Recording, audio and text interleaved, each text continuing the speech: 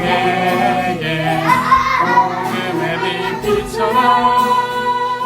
빛의 사자들이여 복음의 빛 비춰라. 죄로는 밤 밝게 비춰라. 빛의 사자들이여 너를 위하여 힘을 내라. 주 함께 하시겠네. 주의 넓은 사랑을 전파하며 복음의 빛 비춰라. 빛의 사자들이여 복음의 빛 비춰라. 죄로는 밤 밝게 비춰라.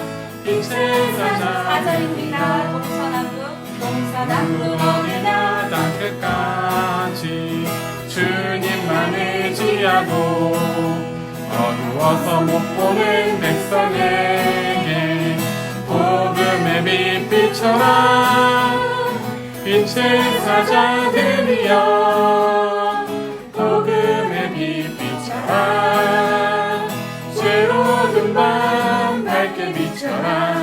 빛의 사자들이여 빛의 사자들이여 복음의 빛 비춰라. 죄로는 밤 밝게 비춰라. 빛의 사자들이여 새벽부터 우리 사랑함으로써 저녁까지 씨를 뿌려봅시다. 열매 차차 익어 혹시 거둘 때에 기쁨으로 담을 거불리로다. 비가 오는 것과 바람 부는 것을 겁을 내지 말고 뿌려봅시다. 이를 맞춰놓고 혹시 거둘 때에 기쁨으로 담을 거두리로다. 거두리로다. 거두리로다. 기쁨으로 담을 거두리로다. 거두리로다. 거두리로다.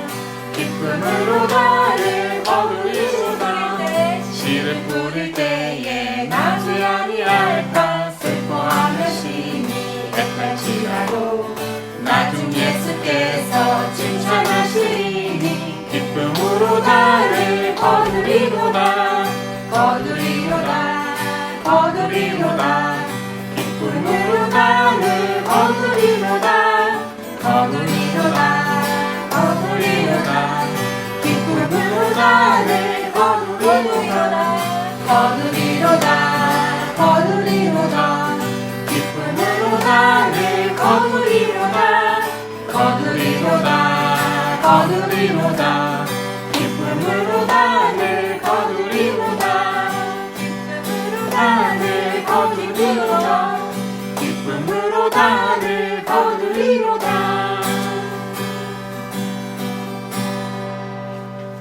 하나님 아버지, 저희가 육신의 노예 가운데, 죄의 노예 가운데 살 때에 저희를 긍휼히 여겨주시고 예수 그리스도의 의로 저희를 의삼아 주셔서 감사합니다. 그러나 우리의 육체가 아직 영화롭게 되지 못하여 우리 육신에 속하여 저희가 그 생각을 하고 그 계획대로 살 때가 참 많았습니다. 우리의 육체를 위해서 심게 되면 육체로부터 썩어질 것을 거두게 되고 성령을 위해서 심으면 성령으로부터 영생을 거두리라고 주님 말씀하셨음에도 불구하고 환난과 어려움이 다가올 때 우리의 육신이 영혼보다 더 빨리 반응하여서 하나님의 뜻을 쫓아가지 못할 때가 너무나 많음을 하나님 저희를 긍휼히 여겨주시옵시고 예수 그리스도의 의로 성령을 따라 살 수 있는 저희가 될 수 있도록 날마다 빚어 주시옵소서. 그 빚어 주심을 통하여서 감사를 할 수 있도록 도와주시고 원망 불평을 하여 하나님께서 하시는 계획을 바라보지 못하는 어리석은 자들이 되지 않도록 지켜주셔서 여기에 예담에 속한 모든 성도들이 넉넉히 구원받을 수 있는 믿음으로 한 걸음 한 걸음 주님과 동행할 수 있도록 지켜주시옵소서. 감사드리며 예수님의 이름으로 기도드립니다.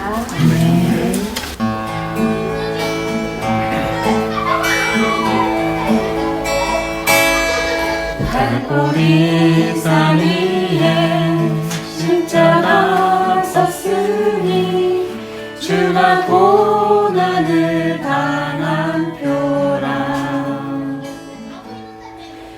험한 십자가를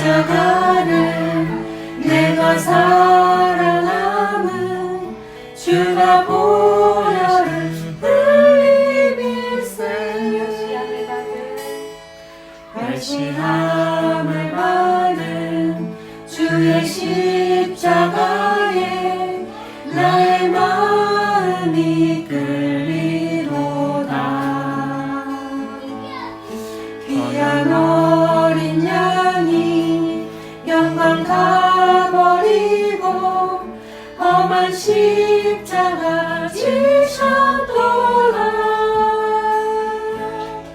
죄 웃은 이를 얻기까지 주의 십자가 사랑하리. 인간 멸류관 받기까지 험한 십자가 붙들겠네. 험한 십자가에 주가 흘린 피를 믿는 마음으로 바라보니 나를 용서하고 내 죄 사하시려 주가 흘리신 보혈일세. 주가 예비하신 나의 본연집에 나를 부르실 그날까지 험한 십자가를 항상 달게 지고 내가 죽도록 충성하리. 죄 웃은 이를 얻기까지 주의 십자가 사랑하리. 인간 멸류관 받기까지 험한 십자가 붙들겠네. 죄 웃은 이를 얻기까지 주의 십자가 사랑하리. 빛난 멸류관 받기까지 험한 십자가 붙들겠네.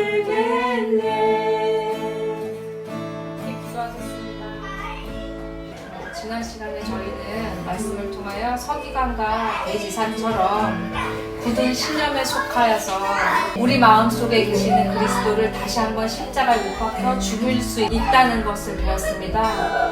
용서하기 힘든 이웃을 마주하는 내 마음의 상태를 가만히 들여다보면 나는 율법과 율법을 이해하는 지식에 속해 있는지 아니면 그 율법을 주신 목적, 나 또한 그 선한 도구로 내가 죄인인 것을 모른다면 아무것도 아니라는 것, 그리스도의 그 의로 말미암는 믿음이 아니라면 우리는 영생을 받지 못하고 부활을 얻을 수 없다는 것을 우리가 우리 마음의 가만히 상태를 들여다보면 깨닫게 됩니다. 저 사람은 이렇게 해야 되는데 그렇게 살지도 못하면서 그렇게 등등 율법의 조항을 지키는 것을 중요시 생각하는 것이 내 마음에 꽉 잡혀져 있으면 우리는 이웃을 사랑하고 있지 못하는 상태입니다. 그러나 하나님께서 율법을 주신 목적은 나를 사망으로 몰고 갈 것이 아니라 나를 생명으로 가게 하시기 위해서 나의 죄됨을 알게 하시고 그리스도의 의로 옮겨주시려고 하시는 것을 알고 믿고 있는 상태라면 나는 이웃을 사랑하고 있는 것입니다. 내가 내 소망과 사랑과 믿음을 지킨다고 애쓰다 보니 내가 보는 상대도 그렇게 살아야 된다 라고 우리가 정죄하지는 않았는지요. 나에게 영적 전쟁을 일으키게 하고 피곤하게 하는 그 원수 같은 이웃을 무작정 피하려고는 하지 않으셨나요? 왜냐하면 그들은 부정하니까요. 그게 요나의 마음이잖아요. 내가 온전한 믿음과 소망과 사랑을 이루기 위해서, 부활하기 위해서는 그 사람이 죽는 것이 아니라 내 모든 자아가 하나님 앞에 죽어지고 버려야 한다는 것을 우리가 기억하며 기도했으면 좋겠습니다. 하나님, 저 죽기 힘듭니다. 그런데 말씀이 저에게 죽으라고 하니, 죽고 나면 하나님께서 하실 일을 알게 된다고 하니 제가 죽겠습니다. 하나님 위로해 주시고, 제가 그렇게 말씀에 순종할 때 하나님께서 허락하시는 그 부활 소망이 내 안에서 더욱더 생명력을 발휘하여서 나의 믿음을 견인해 나갈 수 있도록 도와주세요 하고, 우리 함께 기도하며 또 교회와 목사님과 주일학교를 위해서, 내 자신을 위해서 함께 기도하는 시간 갖겠습니다. 하나님 시간 저에게 말씀으로 고백합니다. 아버지, 내 뜻대로 되지 않는 그런 상황과 변하지 않는 원수 같은 이웃과 또 그곳에 단행하는 죄 가운데 있는 나를 볼 때에 또한 낭망이 되고 또 쓰러지게 됩니다. 하나님, 그러나 하나님, 율법은 나를 쓰러뜨리라는 목적으로 하나님께서 주신 것이 아니라 내가 죄인임을 알고 그 자리에서 돌이키라고 주신 그 하나님의 아가페 사랑임을 내가 먼저 믿길 원합니다. 그 율법을 주신 목적을 제대로 이해하고 이웃을 바라볼 수 있기를 원합니다. 하나님께서 나에게 주신 그 율법은 나를 헤아리시기 위해서 주신 것이므로, 난 또한 말씀을 듣고 그 말씀으로 살아갈 때에 나의 원수를 바라볼 때 아버지, 동일하게 그들을 헤아려서 아버지, 그 율법을 통하여서는 그들의 죄를 분별하고 그 율법을 주신 목적은 그들을 헤아리고 영생 가운데로 인도하시려는 그 하나님의 목적임을 아버지, 주님 잊지 않고 살아갈 수 있도록 도와주시옵소서. 아버지, 그 원수와 같은 이웃, 그 이웃을 통하여서 내 마음을 휘저으실 때에 그 휘저을 것이 있다는 것은 내가 여전히 율법 아래에 속한 부분이 있기 때문에 하나님께서 드러내시는 것임을 알고, 나를 주님 앞에 낮춰서 내 자아가 온전히 예수 그리스도와 함께 십자가에 못 박혔음을 아버지 믿고 믿을 뿐만 아니라 그 말씀대로 주님 안에서 살 수 있도록 성령님 도와주시옵소서. 아버지, 주님 거짓된 마음으로 주님 앞에 나가지 않도록 주님 도와주시옵소서. 내가 알고 있다 생각하지 않게 해주시옵시고, 내가 아는 것과 믿는 것을 하나님에게 하시는 그 명령 따라서 내 마음에 하나님 아버지 주님의 기준을 충족하지 못하는 나의 의를 또 우리는 썩어진 것으로 바라보고 그것에 기대하지 않고 살아갈 수 있도록 도와주시옵소서. 또 새로운 기적이 필요합니다. 아버지, 교회를 위해서 하나님 기도합니다. 또 새로운 공부가 아버지, 주님 예배 필요하며 초소를 허락하여 또한 주시옵소서. 새로운 숙제들을 아버지, 매일 주님 우리 만민의 앞에 기도하는 펼쳐져 있는 집이라고 하셨사오니 누구든지 와서 기도할 수 있는 이때에 곳으로 허락하여 하나님 주시옵소서. 주님 주님께서 하나님의 세우시는 은혜로 교회 그 길을 가운데 걸어갈 수 아버지, 있는 지혜와 주님의 이름이 영광되이 여겨지시고 내 말씀 가운데 그 변화되는 더욱더 살아나며 그것을 아버지, 그리스도의 감당하기 몸된 것들을 위하여 지켜낼 수 더 많은 있는 또 법적인 교회가 될 수 있을 있도록 터니 또 도와주시옵소서. 주님 또 충성할 수 말씀을 있도록 전하시는 도와주시옵소서. 목사님 가운데 함께 해주셔서 주님, 우리는 육신의 소망을 둔 자가 생각이 아니고 보태지지 하늘의 않고 소망을 오직 둔 자, 성령께서 하늘에서 주관하시는 계시의 둔 자, 말씀들을 허락하여 부활을 주시옵소서. 보며 나아갔을 아버지, 때 주님 성도의 하나님 구제를 이 보호하여 땅의 모든 주시옵소서. 것들은 그림자의 아버지, 마귀가 의미를 습관입니다. 탓하여서 하나님, 우리 육신을 이 자극하며 그림자 우리 것에 미간질하게 하며 우리가 서로 미워하게 얽매이지 하며 않고 상처받게 하는 모든 것들이 도와주시고 예수 그리스도의 권능과 또한 이름으로 떠나게 하여 이것이 주시고 전부이냐 아버지, 온전히 그리스도의 전체 몸된 인연 살아가지 교회로서의 않도록 교제를 할 수 있도록 또한 주님 하나님 지켜보아여 어느 때에 주시옵소서. 하나님 말씀 우리 주일학교 아이들을 보아여 듣고 따라가 주시옵소서. 보니 정말 말씀을 그 들었습니다. 축복을 그 분들기를 방해하고 보아여 주시옵시고 축복을 그 말씀이 그 마음에 새겨서 저해하고 그 길을 아버지, 아이들이 따라가지 살아갈 못하게 때 하는 그 천이만을 요소는 이기며 많은 나에게 신간을 이길 있음을 수 있는 하나님, 영적 군사로 살아갈 수 있도록 주님 고난이 왔을 도와주시옵소서. 때는 고난도 이길 아버지, 수 주님 있고 함께해 어떤 주시옵소서. 것도 이길 수 있었는데 하나님 저희 내 안에 있는 분들기를 축복하여 주시옵소서. 내 안에 있는 이 숯불이가 마지막에는 그것과의 전쟁일 뿐입니다. 주님, 그것을 뛰어넘고 승리할 수 있는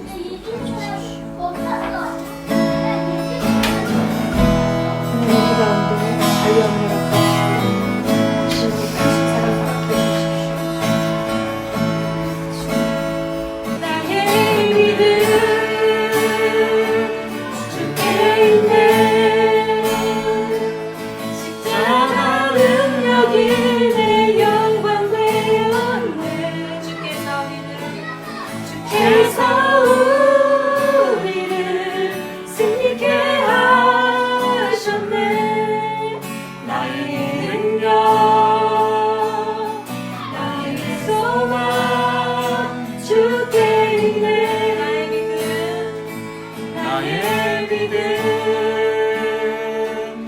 주께 있네. 십자가 능력이 내 영광 되었네. 주께서 우리를 승리케 하셨네. 나의 능력, 나의 소망 주께 있네. 나의 능력, 나의 소망 주께 있네.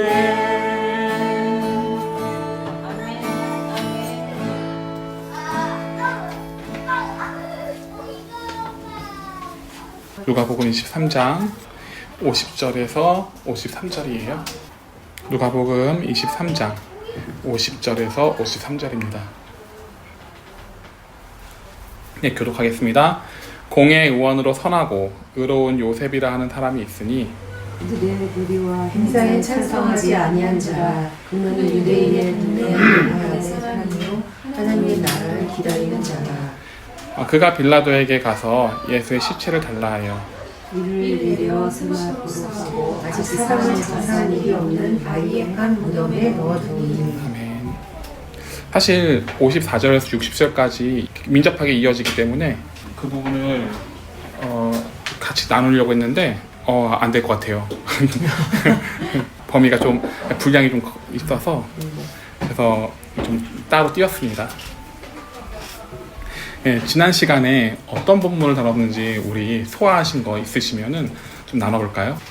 소화했다는 얘기는 또 우리가 살아가는 영적 전쟁에서 영적 예배에서 이렇게 좀 적용하려고 몸부림을 쳤다는 얘기이기도 하죠.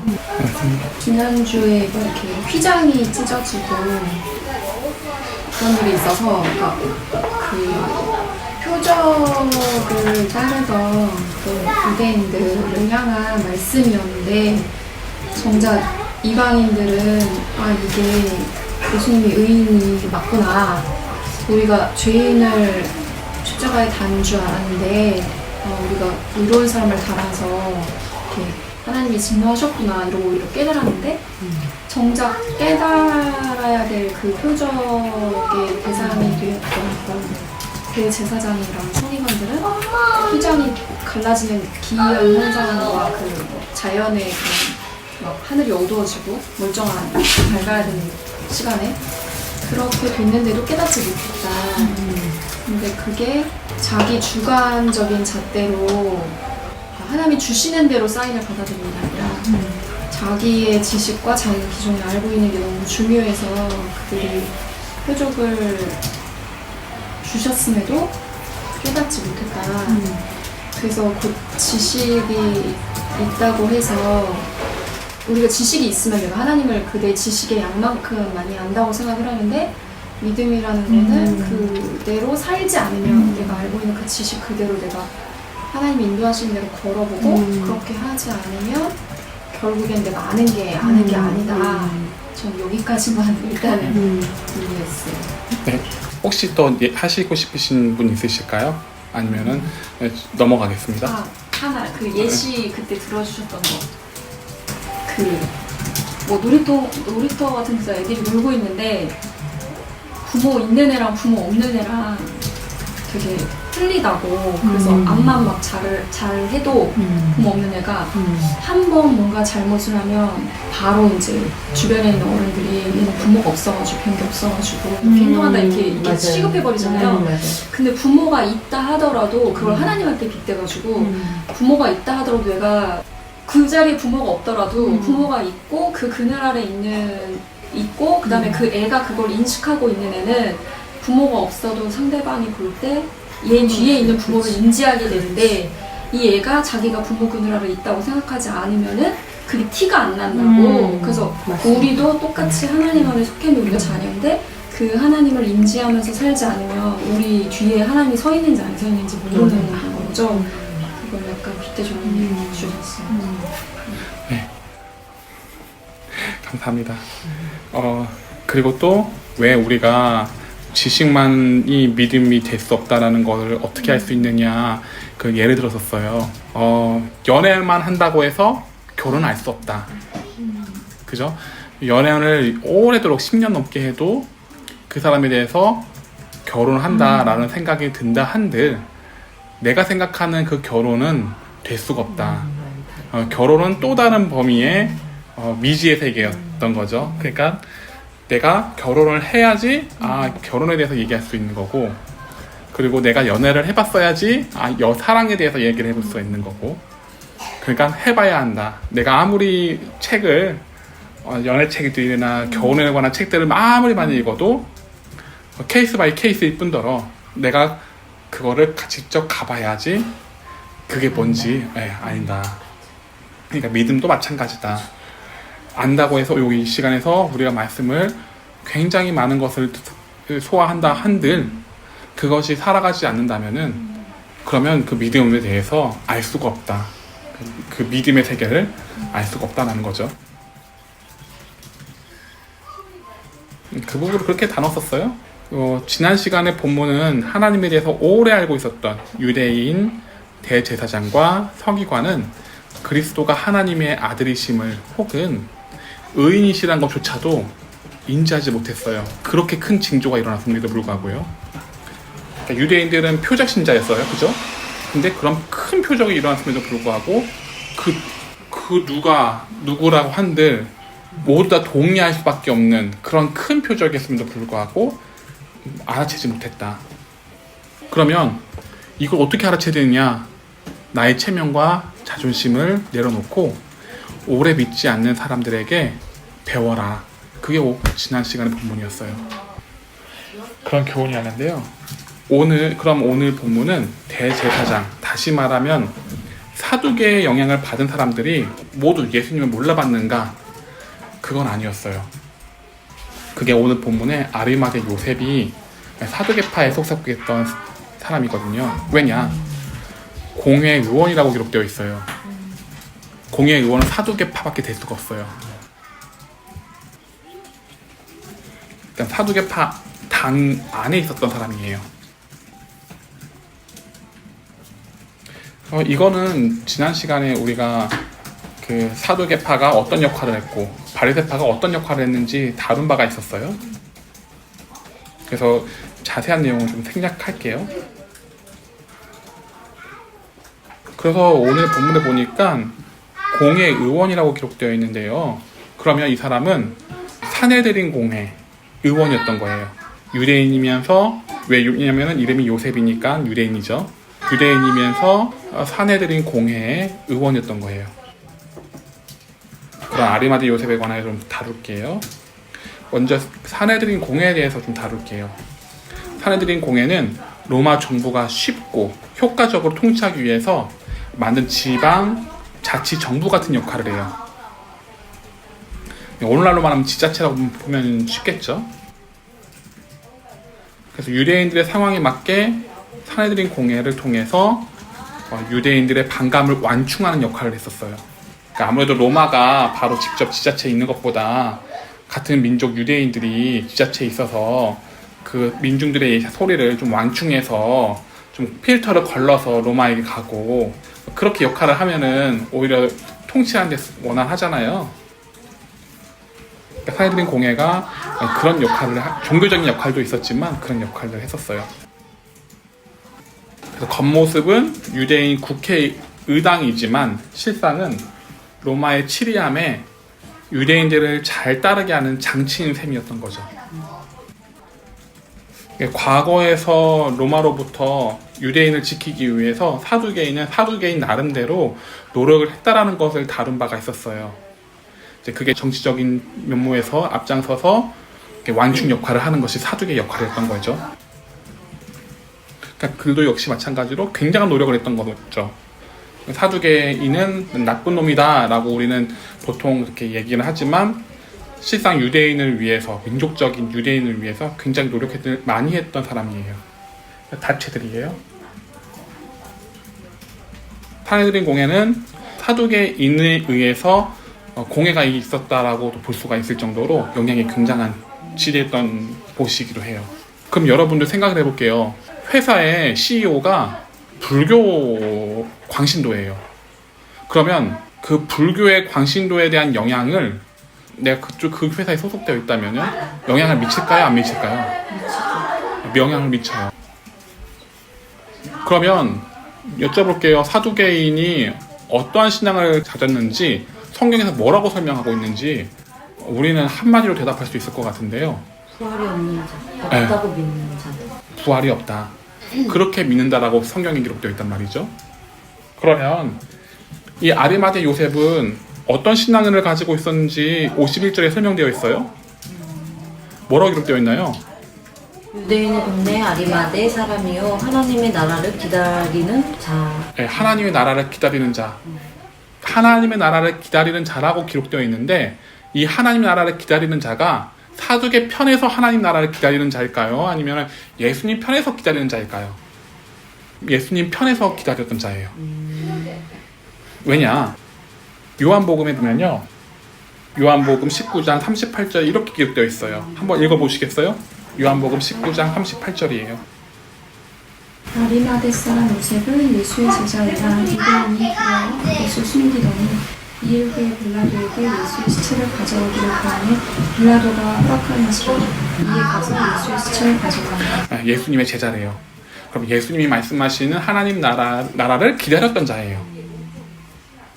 네, 생각해 볼게요, 여러분. 대통령이 이거를 좀 정치적으로 좀 이 아리마대 요셉이 의원이었으니까 정치적으로 한번 얘기를 해봅시다. 대통령이 국교를 불교라고 우리 좀 통일하자 이런 식으로 굉장히 불교 광신도란 말이죠. 그리고 거기에 대해서 면모도 뭐 떨어지는 거는 없어요. 그거를 가지고 뭐라고 하지 못할 정도로 나라를 굉장히 잘 살펴요. 그러면 거기에 밑에 있는 기독교인들은 어떻게 해야 될까요? 그들의 심정은 어떨까요? 적어도 비위는 맞추려고 할 것 같아요. 네, 비위를 맞출 것 같아요. 아리마대 요셉도 마찬가지로 비위를 맞췄던 사람이기도 해요. 그러나 이 사람은 누가복음에 기록된 말씀대로 하나님 나라를 기다렸던 자예요. 소극적이었던 거죠. 그러니까 왜 소극적이었는가를 좀 오늘 본문에서 다루면 좀 길어지니 그거는 2부 순서 때 필요에 따라서 좀 다룰게요. 그러니까 여튼 유대교는 종교와 그리고 정치는 하나로 묶여 있어요. 왜냐하면 하나님이 만드신 나라라고 믿고 있었던 게 유대교니까요. 하나 연결되어 있다 보니 사두개 공동체에서 어울릴 수밖에 없는 사람이에요. 아리마대 요셉은. 여러분들이 대답했던 것처럼 비위를 맞춰야 되는데 비위를 맞출 게 있고 못 맞출 게 있는 거잖아요. 근데 이 사람은 기다리는 자라고 하는데 어떻게 하나님 나라를 믿지 않는, 부활을 믿지 않는 사두개의 교훈을 어떻게 따를 수가 있냐는 거죠. 그러면 삶의 모든 전체적인 면에서 걸림돌이 많이 있을 거란 얘기죠. 당장 부활이 없다라고 믿는 사람들은 어쨌든 이 세상에서 잘 살려고 할 거 아니겠어요? 근데 아리마대 요셉은 그런 마음보다는 심령이 가난한 것, 그리고 애통하는 것들을 되게 크게 여기거든요. 왜냐면 그게 하나님 나라에 들어가기 위한 키니까요. 그쵸? 예수님이 그렇게 말씀하셨죠. 그러면 내가 이웃을 사랑하는 것, 내 마음을 살펴보는 것, 그것을 굉장히 크게 생각했다는 거죠. 그러면은 가치관이 틀리기 때문에 어울릴 수가 없어요. 우리들도 마찬가지죠. 우리들도 하나님 나라를 기다리기 위해서 내 가치관이 내 마음에 있는 것에 가치관을 두고, 그리고 나의 죄에 대해서 가치관을 두고, 그러고 살아가는데 동네에 학부모님과 대화를 한다 생각을 해보세요. 통하나요? 통하지 않죠. 가치관이 다르기 때문이죠. 회사도 마찬가지죠. 회사도 어쨌든 회사에서 최고로 인정받는 사람은 회사에 유익을 주는 사람이잖아요. 그 회사에 유익을 주는 사람이 하나님 나라에 대한 관심보다는 잘 먹고 잘 사는 것에 관심이 크겠죠. 그럼 그런 사람과 내가 어울릴 수 있느냐는 거죠. 어울리기란 쉽지는 않죠. 가치가 다르기 때문이죠. 근데 그런 가운데서 이 아리마대 요셉은 소망을 품고 살았대요.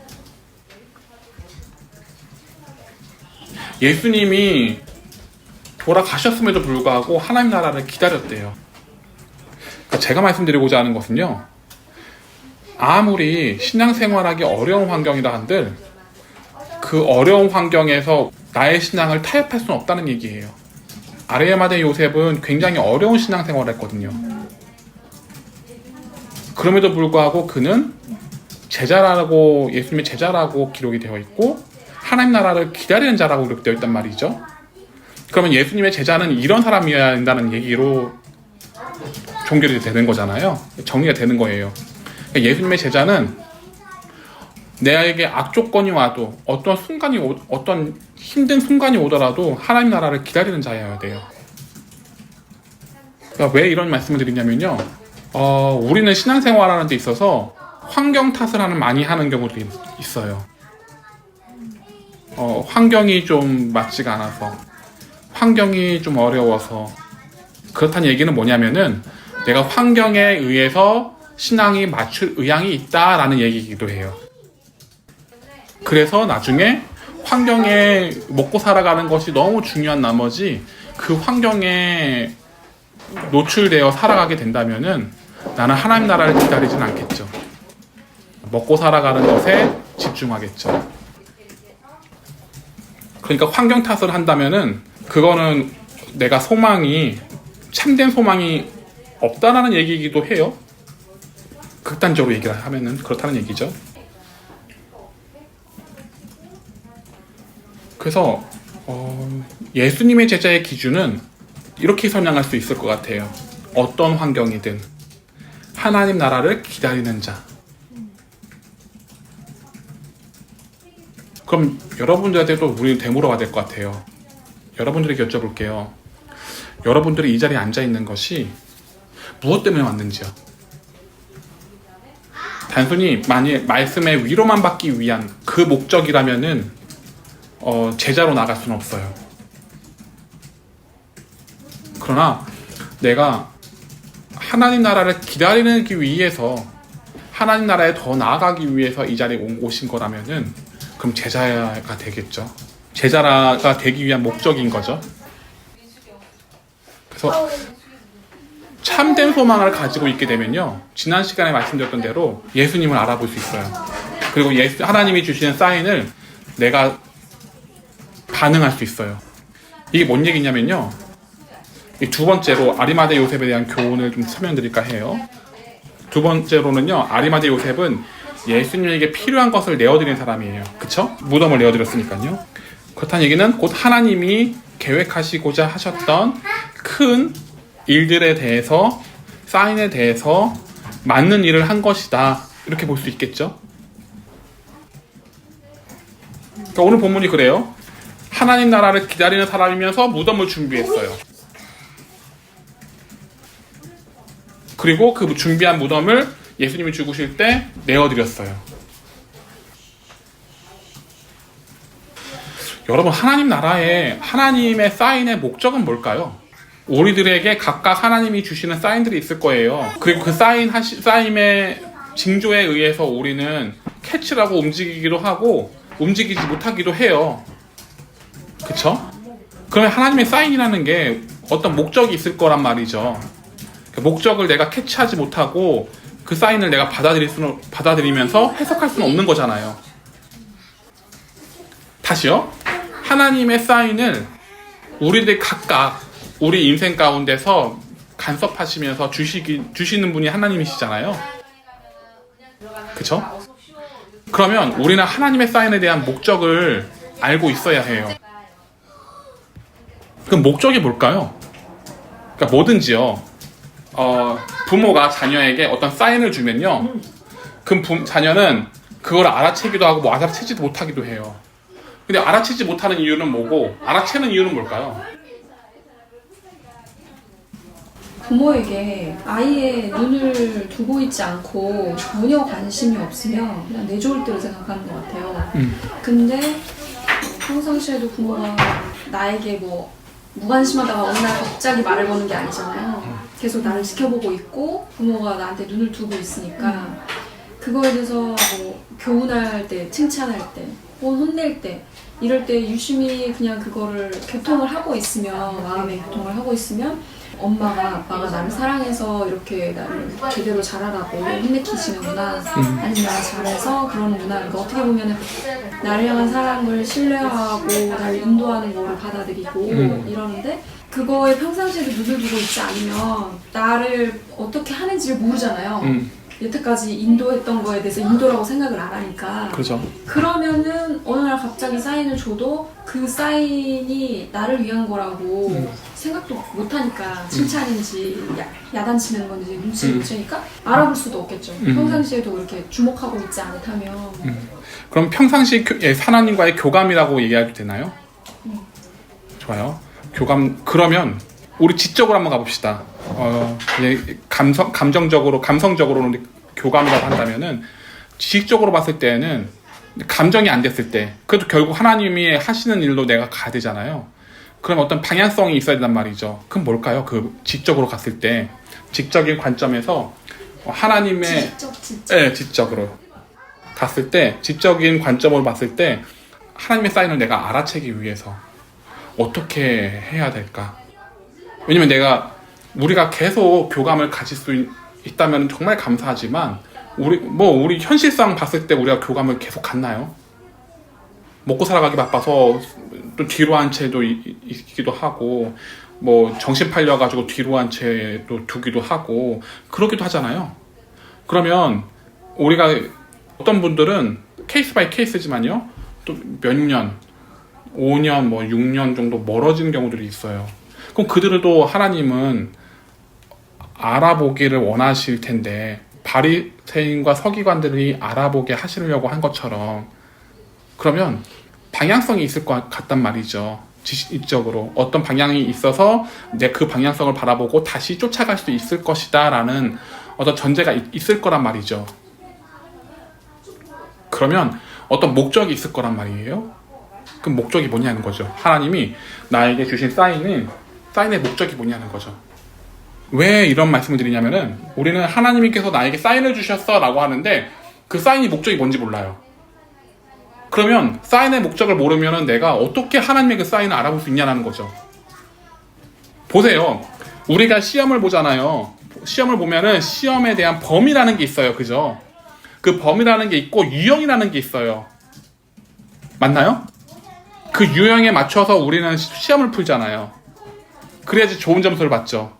안 그러면은 어마어마한 범위에서 내가 그걸 잡고 볼 수는 없는 거잖아요. 그쵸? 근데 우리는 지금 당장 우리는 하나님께서 나에게 사인을 주셨을 때 어떻게 받아들이냐면은 큰 범위로 받아들여요. 왜냐면 목적을 모르니까. 하나님이 나에게 주신 유형도 몰라요. 범위도 모르고. 그렇지 않나요? 그래서 그 사인을 줬는데 못 알아보는 경우들이 많아요. 그래서 제가 아리마대 요셉이 알아봤다라고 했잖아요. 그 사인을 알아봤다고. 그렇죠. 왜 알아봤다라고 말씀드렸냐면은, 하나님이 원하시는 목적을 알기 때문이에요. 뭐냐? 우리를 하나님 나라에 데려가기 위해서, 우리를 성숙시켜서 이 광야 학교에서 성숙시켜서 하나님의 백성으로 삼게 하기 위해서 우리를 지금 이 땅에 두시는 거잖아요. 그 목적이 우리를 하나님의 사람으로 만들기 위해서예요.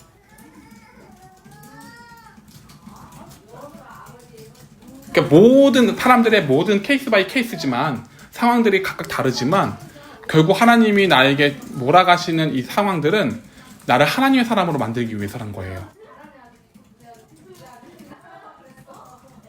왜요? 디모데후서에 기록되어 있잖아요. 모든 성경은 하나님의 성령의 감동된 책으로 하나님의 사람으로 만들어지기 위한 책이라고요. 목적이 있어요. 그 말씀은, 모든 것이 말씀 안에서 하나님이 움직이실 거 아니에요. 그러면 하나님이 나에게 주신 사인들은 다 말씀 안에서라면은 하나님의 사람으로 만들기 위해서라는 거죠. 그렇게 종결이 되는 거예요. 그렇게 결론이 귀결이 됩니다. 그러니까 우리는 사인을 어렵게 생각한다는 얘기예요. 제가 말씀드리는 거자 하는 거는, 요지는 사인을 어렵게 생각해요. 하나님이 주시고 나에게 주시고자 하는 이 사인은 뭘까? 그럼 하나님의 목적이 뭘까를 생각해야 되거든요. 그럼 하나님의 목적은 뭐냐? 나를 하나님의 사람으로 만들기 위해서라는 거죠. 그러면 내가 하나님의 사람으로 만들기 위해서 이 상황을 주셨으면은 내가 어떻게 해야 되는 건가? 그 결과가 나오잖아요. 어떤 결론이 나에게선 나온다고요. 어떻게 해야 되는지를. 아리마대 요셉은요, 하나님 나라를 기다리는 자예요. 이거 하나님의 뜻 맞나요? 네, 하나님의 목적 맞죠?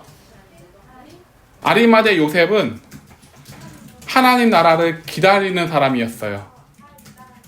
그 기다린다는 얘기는 소망이에요. 그런데 하나님의 사람으로 우리를 만들기 위한 것이 이 땅에서 하나님의 사람으로 되기 위한 것이 아니잖아요. 에녹 같은 경우 하나님의 사람으로 되어서 올라갔잖아요. 그러면 하나님의 목적은 우리를 하나님 나라로 데려가기 위함이에요. 그쵸? 하나님 나라에 데려가기 위해서 하나님은 우리에게 모든 사인을 주신 거라고요. 그쵸?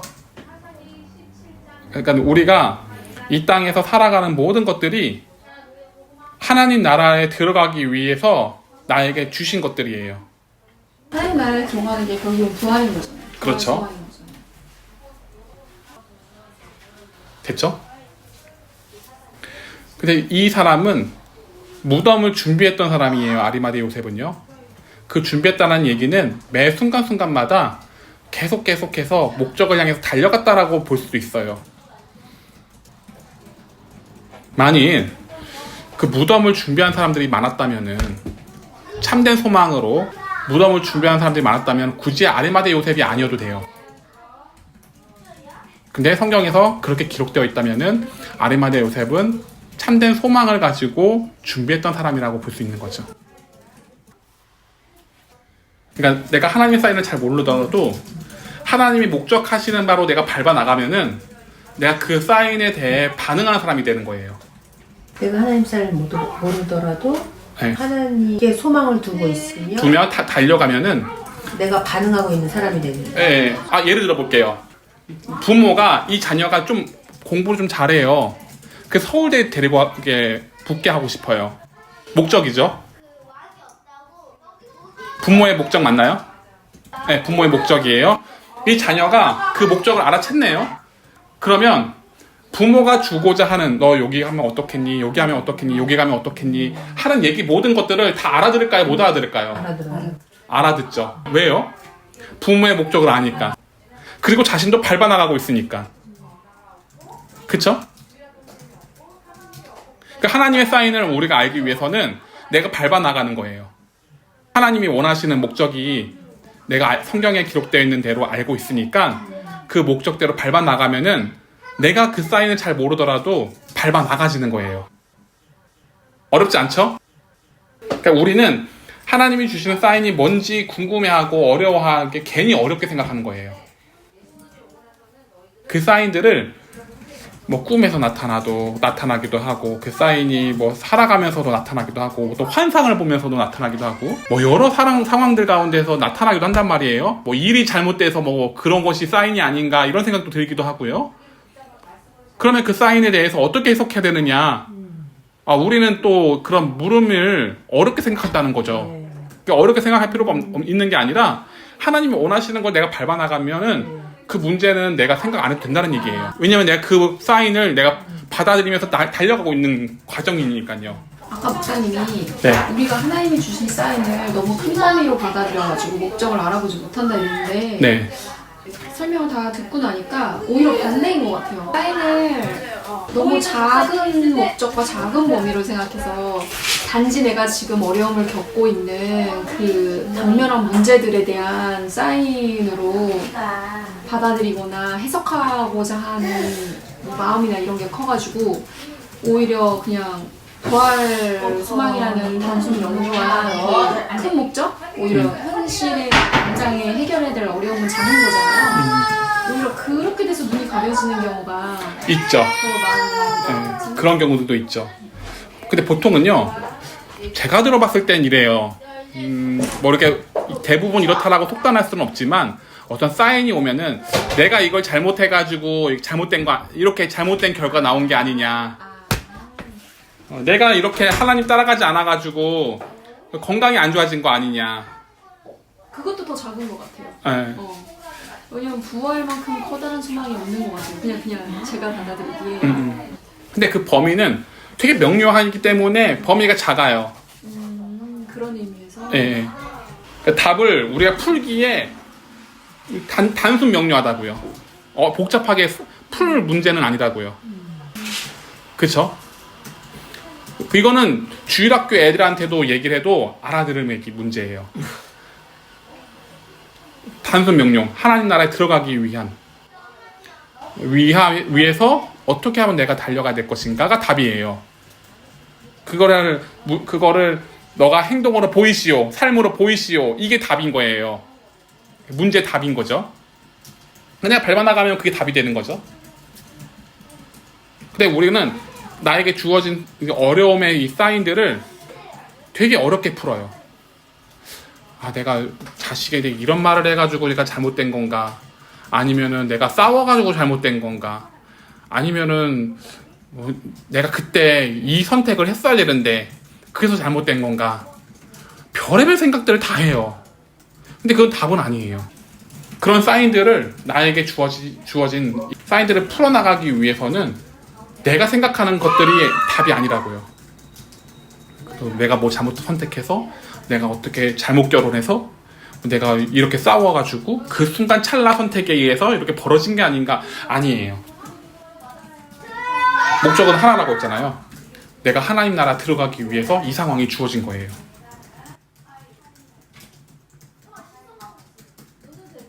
내가 하나님 나라에 들어가기 위해서 내 건강이 안 좋아지는 거예요.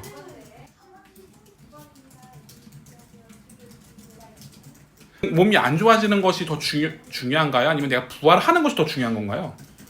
부활하는 것이 중요하죠. 네, 부활하는 것이 더 중요하고 관심사여야 되는 거예요. 이걸 우리 지성으로는 알고 있어요. 그죠? 우리 머리로는 알고 있는데 내 삶에서는 그렇게 움직이지는 않아요. 그러면 이상한 일이 벌어져요.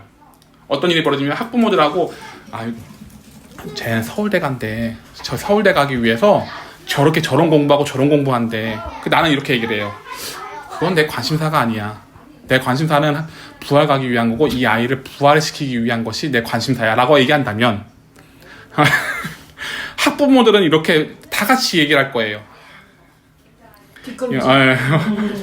저 학부모 해야 되겠다. 이상한 사람이다. 접근하지 마라. 이상한 일들이 벌어져요. 그러니까 우리도 거기에 맞춰서 아리마대 요셉처럼 맞춰주기도 해요. 그런데 맞춰주다 보니까 나의 소망이 변질되는 거예요. 근데 이 아리마대 요셉은 변질되지 않았어요. 이게 우리의 차이예요. 그냥 맞춰주지만 내 마음에는 변질됨이 없어야 돼요. 그냥 오히려 맞춰주지 않고 그냥 정신 이상한 사람이라고 그냥 취급하는 것도 나쁘지 않아요. 내 소망이 변질되지 않는다면은, 그렇게 해서 변질되지 않는 거라면은 그게 오히려 낫죠.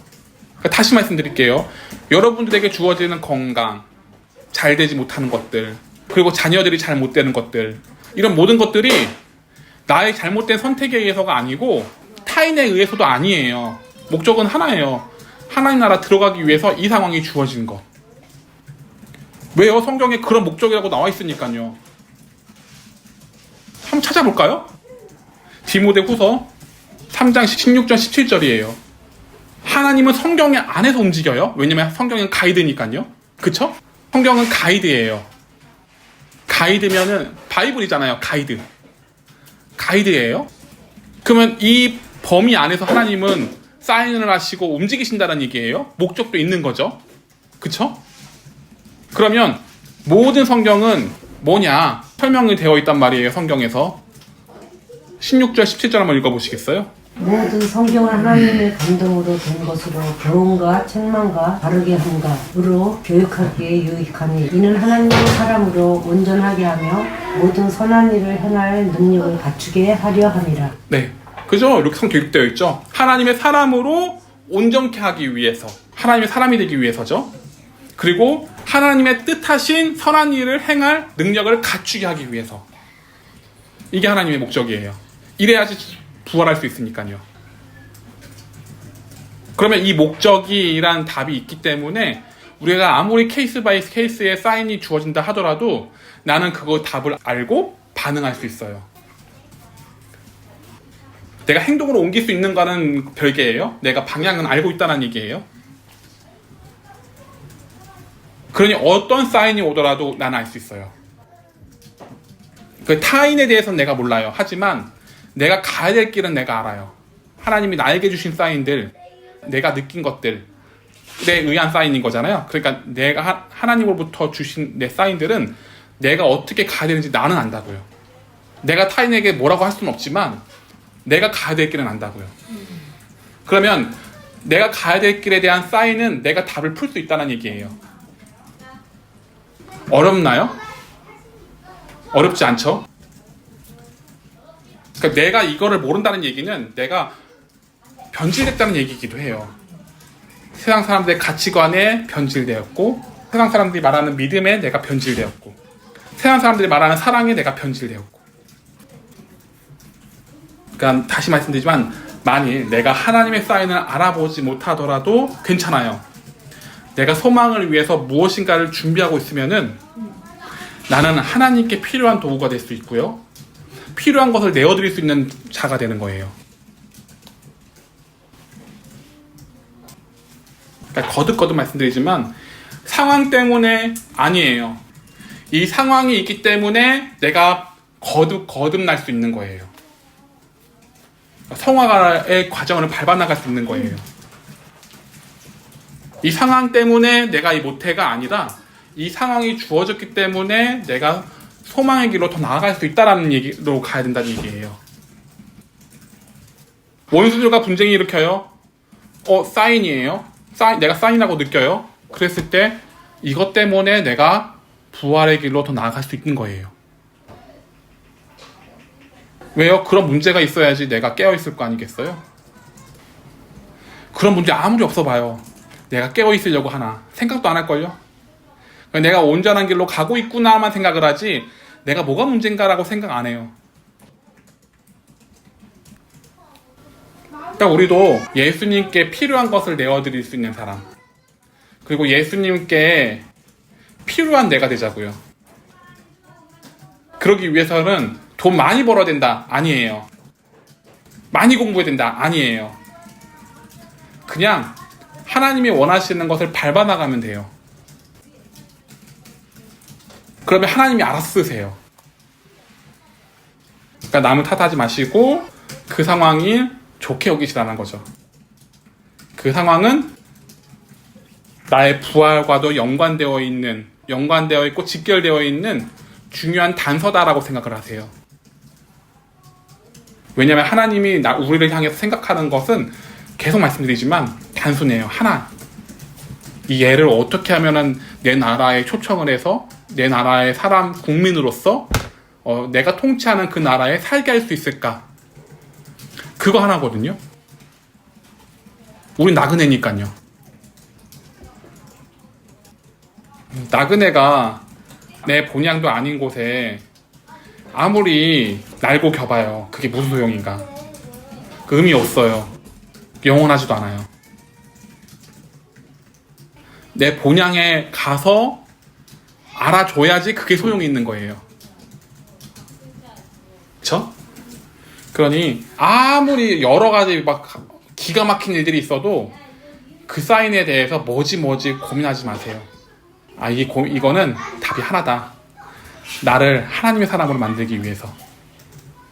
그렇게 밟아나가실 수 있는 저희들이 되기를 소망합니다. 혹시 오늘 본문을 다뤄나가며 있어서 질문할 것이 있을까요?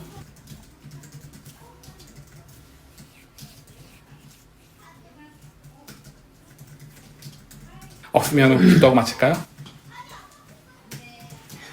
세마포로 쌓았다는 얘기니까 이게 뭐예요? 세마포는요, 우리가 죽을 때 흰 옷 입잖아요. 네. 그런 거라고 보시면 돼요. 근데 이 세마포라는 개념은 영적인 의미에서는 굉장히 중요한 역할을 해요. 어쨌든 지금 본문에서의 흐름에서는 세마포를 쌌다는 것은 돌아가셨을 때 싼 것이기 때문에 우리가 지금 장례 치를 때 입는 옷들이라고 그냥 보시면 될 것 같아요.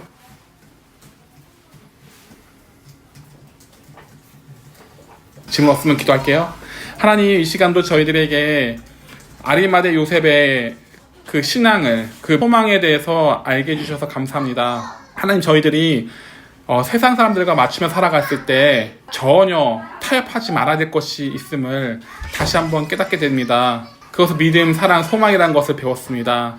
저희들의 믿음, 사랑, 소망이 하나도 변질되지 않고 타협하지도 않고 오직 그것을 위하여서 자녀를 교육시키고 그리고 내가 나아갈 방향을 나아가게 하시고 그래서 부활을 이룰 수 있는 저희들 되게 하여 주옵소서. 예수님의 이름으로 기도드립니다. 아멘. 예수님이 가르쳐주신 기도를 마칠게요. 하늘에 계신 우리 아버지여, 이름이 거룩히 여김을 받으시오며 나라가 임하시오며 뜻이 하늘에서 이루어진 것 같이 땅에서도 이루어지이다. 오늘날 우리에게 일용할 양식을 주시고 우리가 우리에게 죄진 자를 사하여 준 것 같이 우리 죄를 사하여 주옵시고 우리를 시험에 들게 하지 마옵시고 다만 악에서 구하옵소서. 나라와 권세와 영광이 아버지께 영원히 있사옵나이다. 아멘.